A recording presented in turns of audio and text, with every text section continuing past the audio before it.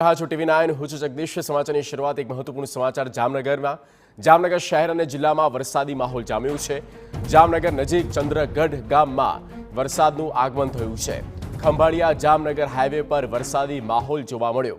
પાટિયા ખાવડી સહિતના ગામમાં વરસાદી માહોલ જોવા મળ્યો છે। જામનગરના ખંભાળિયા હાઈવે પર વરસાદી માહોલ કંઈક આ રીતે અને મેઘરાજાએ પધરામણી જામનગરમાં પણ કરી છે। અનેક ગામ પાટિયા ખાવડી સહિતના ગામમાં જ્યાં વરસાદી માહોલ જોવા મળ્યો છે। જામનગર શહેર હોય કે પછી અન્ય વિસ્તારો હોય, જામનગરના તમામ જગ્યા પર એક રીતે વરસાદી માહોલ બરાબરનો જામી ચૂક્યો છે।